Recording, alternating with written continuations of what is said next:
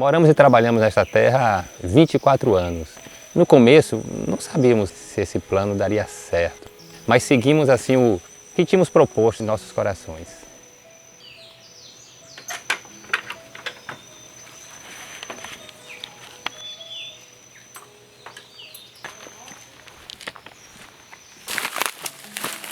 Eu sou Henrique Souza e sou proprietário da Fazenda Ouro Fino.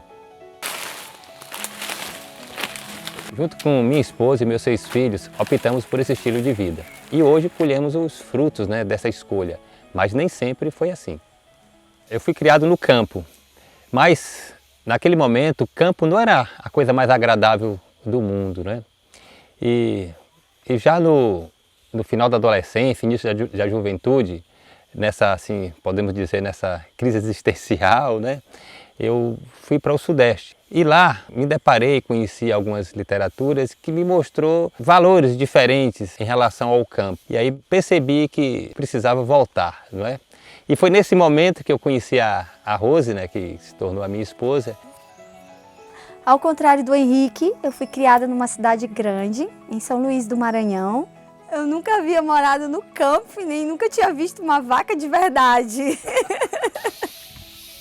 Uma citação que me impactou muito foi a que dizia que pais e mães que possuem um pedaço de terra e um lar confortável são reis e rainhas. E eu desejava muito ser essa rainha no meu lar, ter muitos filhos. E desde que a gente mudou para cá, a gente nunca teve rotina.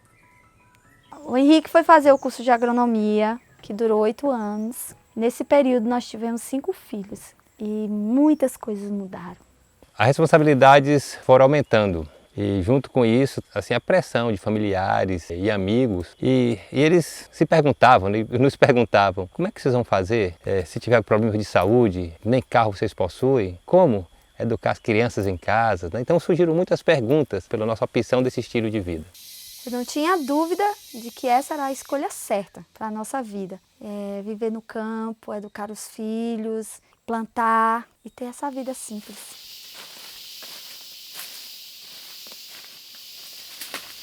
Enquanto ele estava na faculdade, o Henrique ouviu falar de um suíço que tinha métodos diferentes de plantio e ele resolveu conhecer e foi até lá porque não era tão longe daqui. Então, na época, o Ernest já estava há 11 anos aqui no Brasil. E o Ernest ele é um agricultor e um exímio pesquisador em sistemas agroflorestais, que depois esse termo ele mesmo mudou para agricultura sintrópica, que é o que mais conhecido hoje. E ao longo desses 24 anos que nos conhecemos, desenvolvemos uma parceria assim, muito frutífera.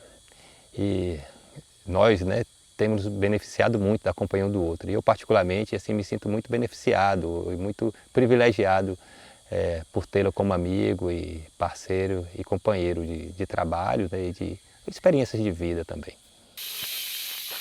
O termo agricultura sintrópica, que foi criado ou cunhado pelo Ernest, diz respeito a uma relação do agricultor com a terra um pouco diferente. Ou seja, à medida que você produz os seus alimentos, tanto para o consumo como para o mercado, outros bens, você deixa o ambiente do qual você está trabalhando de uma forma melhor, mais rico.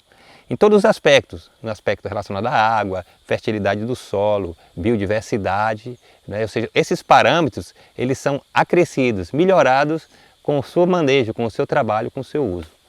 Então, a sintropia, ou a agricultura sintrópica, ele é oposta à entropia. Quer dizer o seguinte, à medida que o tempo passa, ele vai se desgastando, vai empobrecendo.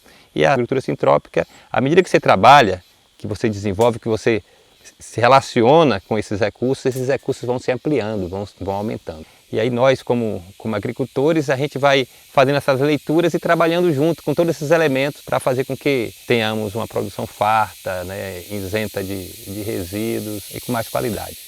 É desta forma que se gera recursos positivos para o planeta. E isto tudo começa no quintal de casa.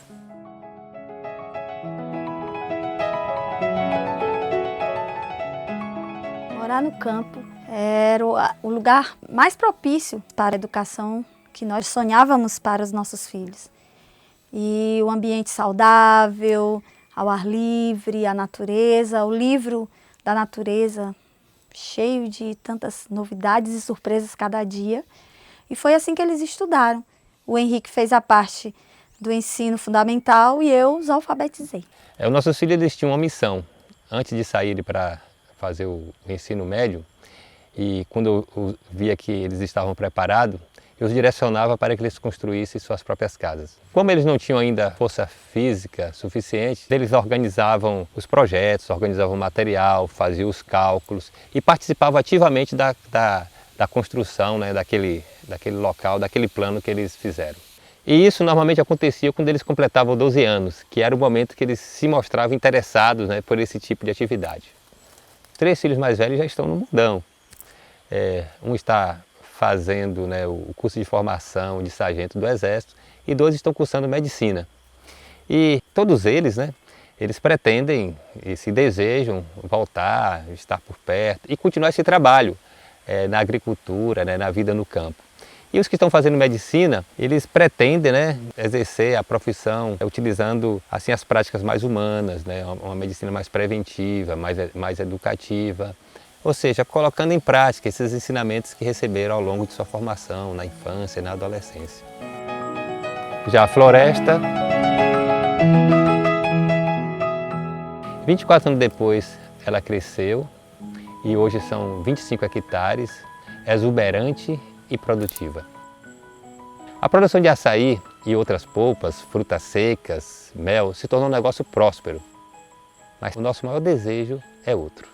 Desejamos que muitas pessoas tenham acesso ao que nós estamos desenvolvendo aqui.